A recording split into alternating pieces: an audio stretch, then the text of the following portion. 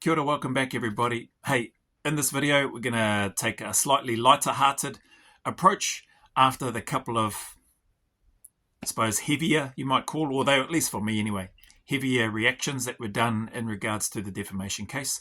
So those videos are up. They're a little bit longer than the normal ones just because I wanted to get through that in 2 bites rather than doing multiple ones. So in this video I've received some questions. I actually received these questions a while ago before doing the reaction to the recent RS videos.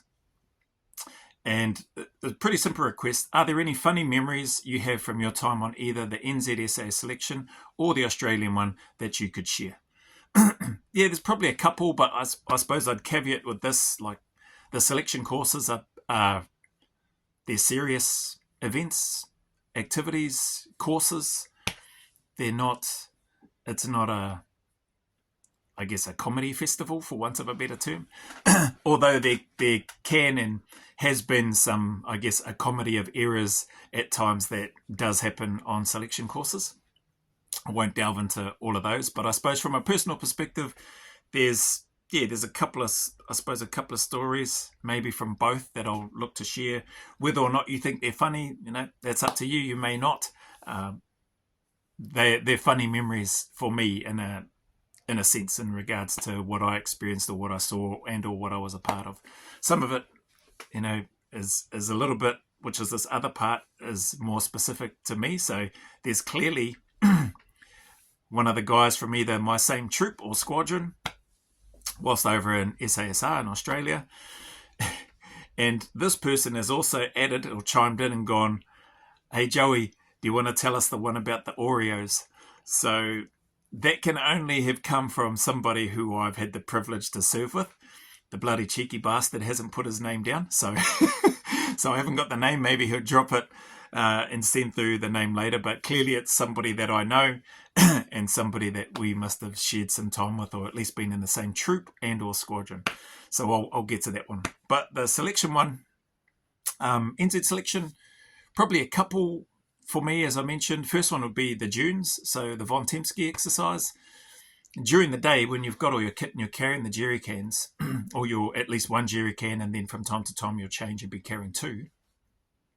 During the day, everything's above board, right? You carry on, you carry those things. Sometimes they get dragged, sometimes you end up getting punished and getting push-ups and stuff. At night time, though, for me at least, there was a little bit of a who dares wins mentality that I tried to apply. And what I tried to do, or what I did, not what I tried to do, what I did was I loosened off the caps on my jerry can when I'd have one, in an attempt to try to shake, as I was walking along, some of the water out of the jerry can to try to make it lighter. Probably not a smart idea, because we did get found out, and what I am glad is that I didn't seem to be the only one. There were a number of light jerry cans, or lighter jerry cans, in the evening, and so that gave me a good indication that I wasn't the only one, to the point though where some guys actually lost their caps off their jerry can. You can only lose the cap if you've been tutuing around with it and loosening it off and not tightening it back up. So yeah, some guys, well, all of us in a nutshell, we all got punished for that attempt to try to make the jerry cans lighter. They got rightly refueled or refilled, and then we had to crack on. But that was, I suppose, maybe not so funny, but it was, for me as a young fella, it was funny at the time personally, because I was thinking that I was getting one up on the instructors and thinking that I was getting away with it, and I didn't. So there were times when we would stop at night, get told to stop, get told to have a little bit of a breather, get told to get back up, get ready to go again, and that, and the staff would come along and check. It never occurred to me that staff, badged operators, may have done that themselves and they went through, probably largely due to the lack of sleep, the lack of food, and just being physically really drained and tired. So I never really thought of that, and it wasn't until the staff come around and told us to wait before we picked up our jerry cans again, and they picked them up and started shaking them, and you heard the water sloshing around inside. Then the penny dropped for me right in that moment, and I thought, crap. A couple of things. I thought, crap, he's going to find out that my jerry can doesn't have, that it's not full. It still had water in it, but it wasn't full. And then 2, I thought, I'm going to get kicked off the course. And then when he picked up the first person's and I heard the water slosh around, I was like, oh, at least I'm not the only one. And then I definitely wasn't the only one, because there were a number of jerry cans that were sloshing around and weren't full to the capacity or to the maximum. So that's a bit of a funny story, I guess funny memory. It definitely wasn't funny at the time, and it definitely wasn't funny when we got punished for having those breaches. So there's that piece. Another one I suppose that comes to mind was with regards to one of the guys on my selection in 1998. He didn't complete that selection, but he since went back. I don't know how much longer later, but he went back, did selection again, passed, badged, and I believe he's still serving in there. And this might have happened on pre-selection. I don't know if it happened during the testing, but it could have. For some reason, I think it happened on pre-selection. Staff comes in, and one of the common things, at least in the army when I was in, instructors would come in if there was a silence or there's just taking a few moments to get ready for whatever the lesson or instruction might be. It was not uncommon for the instructors to say, who's got a joke? Anyway, the fella that I'm talking about that went back up and did it again after had a bit of a reputation for being quite a funny fella, and he is. He's a good man. Anyway, his name must have been dropped to the staff, because I recall his name being mentioned and then the bro having to stand up. Staff confirming, are you so-and-so? He has replied, yes, staff. And after he had already asked that question, he's got a joke. He then proceeded to ask him, or tell him, basically, yep, tell us a joke. Well, this person being who he is, he fronted up. I'm not the sort of person that could just sort of come up with a joke on the spot. So as soon as that question came out, I was sort of looking down, hoping, don't pick me. Thankfully, he didn't. And the bro stood up and went through. And basically, what I remember, and it may not seem very funny to people, but it's still funny to me. And it was funny at that time. And I was worried that we were all going to get smashed and hammered and penalised for it, because I don't recall the instructor laughing or smiling at all. And he goes, all right, tell me a joke. And then he goes ahead and says, oh, ask me if I'm a policeman, staff. And when he says that, he's already giggling and he's already laughing as he's asking the staff to ask him if he's a policeman. And the staff just has this look on his face like, what do I want to ask you that for? Like, the whole look on his face looks like, this is a dumb joke. Like, what do I want to ask you that for? Anyway, the guy that I was on selection with says it again, and he's laughing. He says, ask me if I'm a policeman, staff. Cracks up. So the staff plays the game and he goes, are you a policeman? And then the bro goes, nah, cracks up, and then just sits down. And man, there were a few laughs from us as the cohort, the candidates on selection, but then quickly silenced, because we were like, oh crap, like we don't want to get in trouble. Now, that was the first time I'd heard that joke. I was not expecting that as the answer, and that's probably another reason why I found it funny. And on top of that, I just thought, you don't offer a joke or say a joke like that to the staff, crack up about it, and then just sit down. And the staff is just standing there, not smiling, no expression, looks unimpressed with it from my recollection. And we didn't get punished. So a couple of things from that. One, I found the joke that the bro told really funny at that time. Call it just my immaturity of being a 20-year-old on selection, maybe. Or the fact that the way that this individual delivered the joke, his laugh in that as well when he's telling it, there was just a lot of things going through my head when I was listening to him and when he expressed that or when he told the joke. And then the expression on the staff's face looked unimpressed, looked not happy about it. And the fact that he just, man, to his credit, kept a straight face, didn't laugh. Now, that may be because he didn't find it funny at all. I don't know.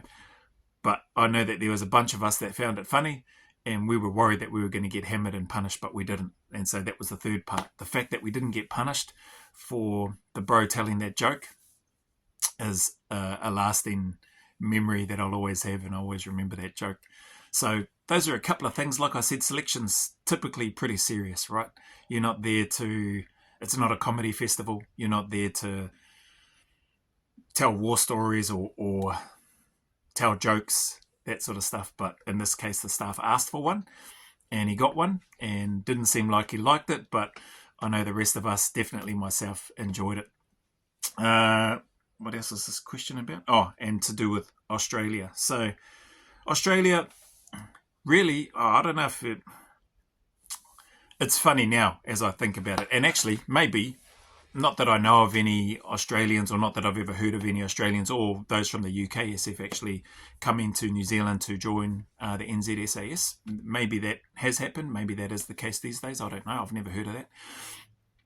But when I was in Australia and on the Australian selection, the bloody...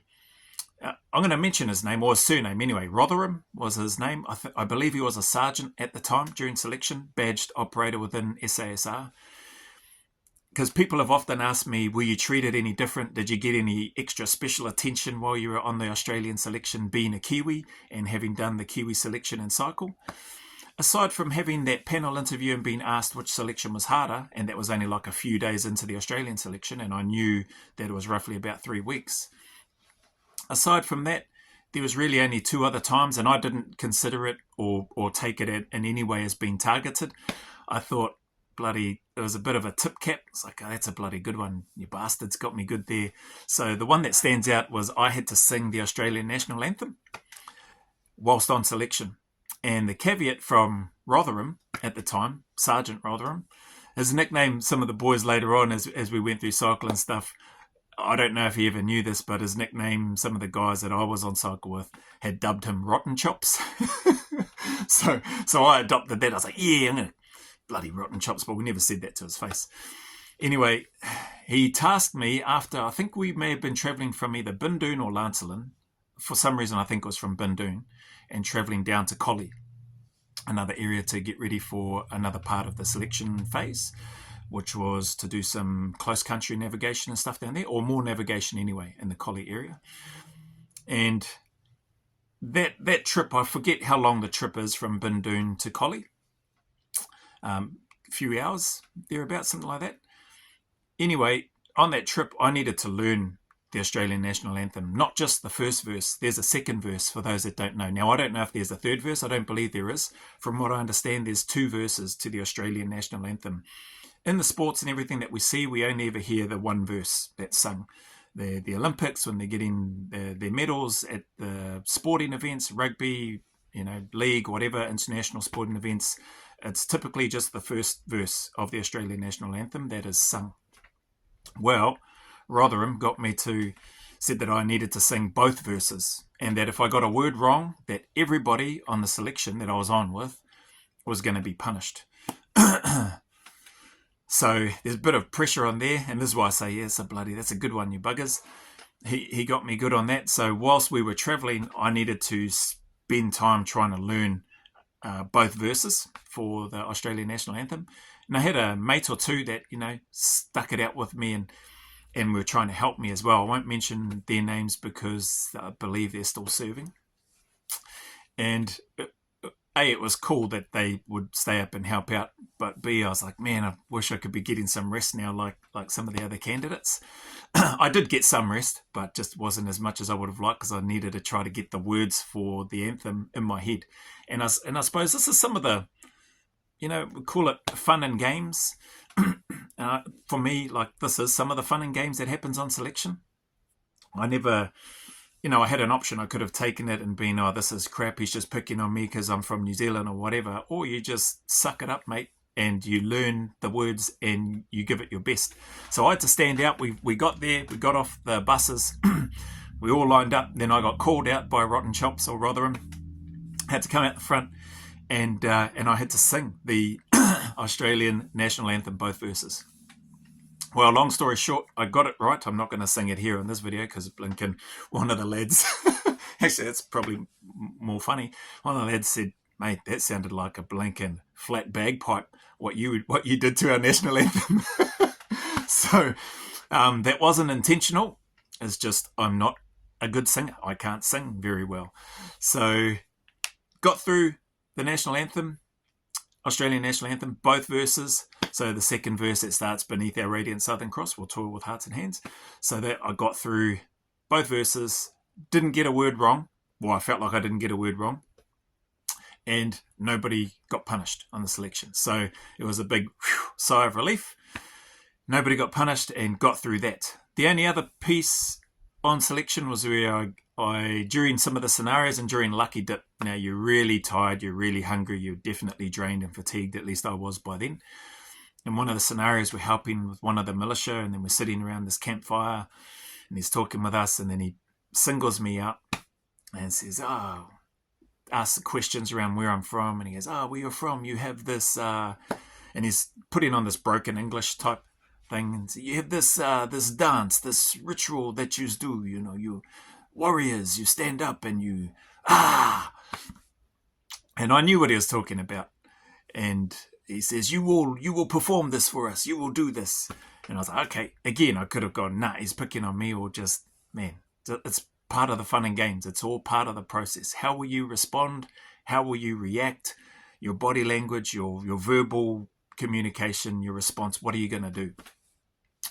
And yeah, it was just, for me, it was like, yeah, Haka, I'll do the Haka. So I was like, yep, I'll get up. And one of the guys, Nick Caldwell, him and I co-founded the Mill Gym over in Perth, Western Australia. Good man, was always one of my best mates. We had a falling out, but then we've reconciled that, at least from my perspective. We're mates again, and he's doing awesome things over there. It was him, we were in the same group. It was him that said, would you like us, so speaking to the role-playing militia, would you like us to join in, like, for greater effect, or words to that effect anyway, that he mentioned. I was blown away. I was surprised, because here was the rest of these Aussie lads, and I'm sure that none of the other Aussie lads were putting up their hands saying, yeah, we'll do this. But you know what? They all did it. They got up. They backed me up as best they could. Tired, fatigued, hungry, cold. We stood around that fire. I was in the front, and they stood around at the back, and they followed as best they could. Man, I tell you what, for me personally, that was a huge lift. They didn't have to do that. They didn't have to do that at all. And Nick speaking up like that, and then the other guys joining in, doing the best they could, just following me. It was awesome. I'll never forget it. So maybe not so much of a funny story, that one, but a powerful one, personal one for me, the fact that these guys would do that, knowing that it's not their culture, knowing that they don't know the words, they don't know the actions, they are literally just following me and trying to do the best they can and interjecting with noises where they can, based on, I guess, what they've seen in terms of the Haka being performed in other places or at other events. So very, very grateful to that team that I had on Lucky Dip, to Nick and to the other guys that joined in. So a really great memory for me, and the fact that they had my back, and just another reason that confirmed why I wanted to join that unit in the first place. So there's that. Oh, screen's gone off. The other story around selection, what's our time? Yep, cool. You've asked for it, so I'm going to chuck it in there. It was one of the Kiwi lads. He's living over here down the South Island now. Now, from what I know about him, he was a Navy diver, clearance diver in Australia. Kiwi boy, living in Australia. Clearance diver, Navy diver. Then went on and did the TAGI, so the Tactical Assault Group, all the training and stuff when the CT stuff was being developed and implemented on the East Coast, so that there's a capability over there. And a lot of the guys from SASR were obviously running that training, some of the experienced guys and the instructors. And so he did all of that. And then not long after that, he then did the SASR selection. So a bit of a legend in his own right in terms of what he's done. Navy clearance diver, TAG East, Tactical Assault Group East, and then the Australian Special Air Service selection course. And I remember walking in, pretty sure we're out at Bindoon at this time. He'd just finished showering up. I was going in there to get cleaned up as well. I had already done selection and cycle, was in the unit by then.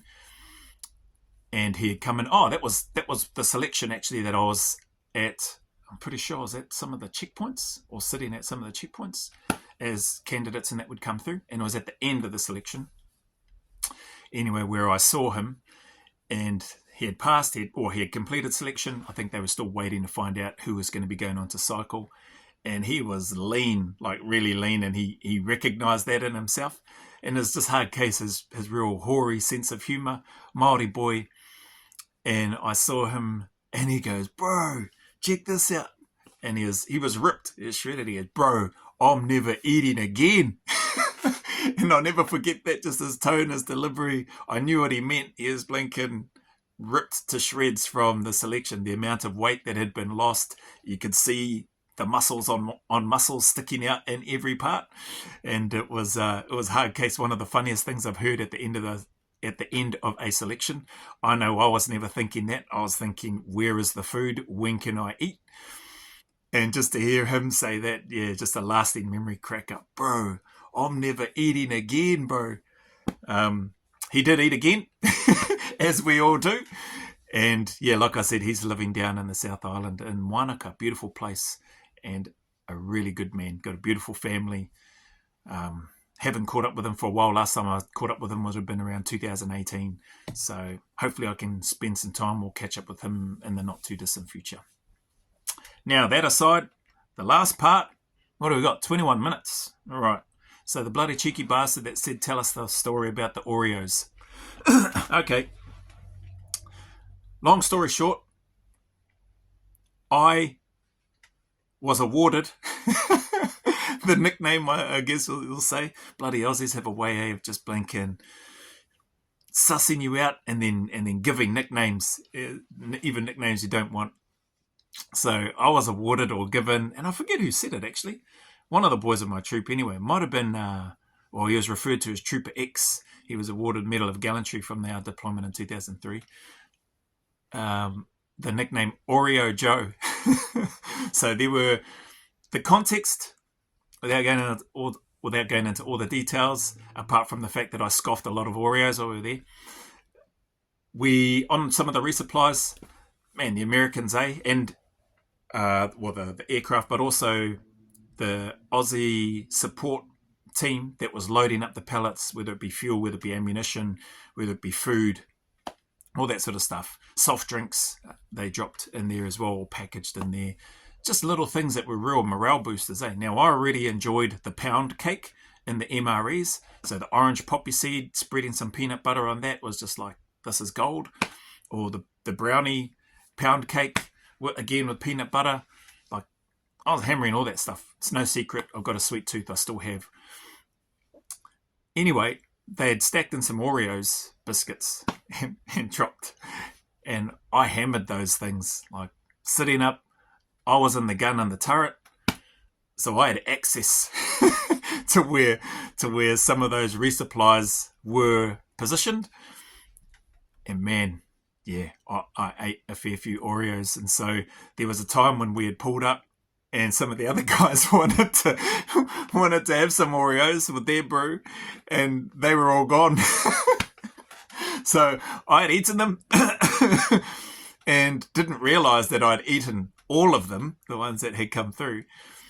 And so from there, yeah, the lads rightly bloody dubbed me Oreo Joe. And I think that spread through, at least throughout our troop, and possibly throughout the squadron. So I didn't know who, the person hasn't put their name, but the bloody bastard is clearly from my troop or from the squadron.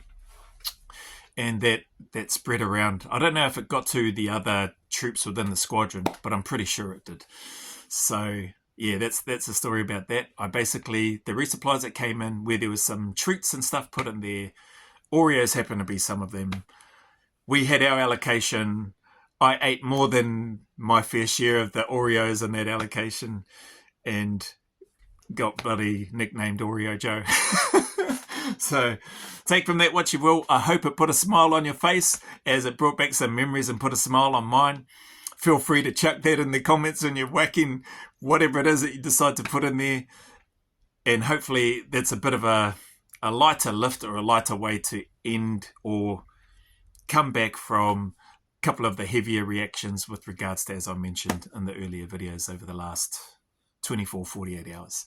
So anyway, appreciate you all, Very, very grateful for the support, grateful for the laughs and the banter, grateful for the genuine and sincere comments and messages and shares of experience, of your perspectives, of your observations, whether whether they're similar to mine or whether they're completely opposite and different. I genuinely appreciate you taking time to share your input and your thoughts. That's why the comments are there, so that hopefully people can have that opportunity to input and share what they want, and also other people can learn from those comments or from you and what you choose to share through your time here. So appreciate you for that. As always, anybody challenging or going through challenges and struggles and trials at this time, man, just genuinely, sincerely encourage you to just stay in the fight and to just keep turning up. Better days are ahead, although it may not seem like that. The sun will shine again. There is a light at the end of the tunnel. I wish I could tell you exactly when that was going to happen, but I can't. But I just know through experience that continuing to turn up, to continuing to try to find the positive in things and or try to shift our mindset towards a more positive direction, that good things can do and will eventually happen. So keep putting one foot in front of the other. Go always a little further. Remember, who dares wins. And as always, until the next video, a big mana away from me to you.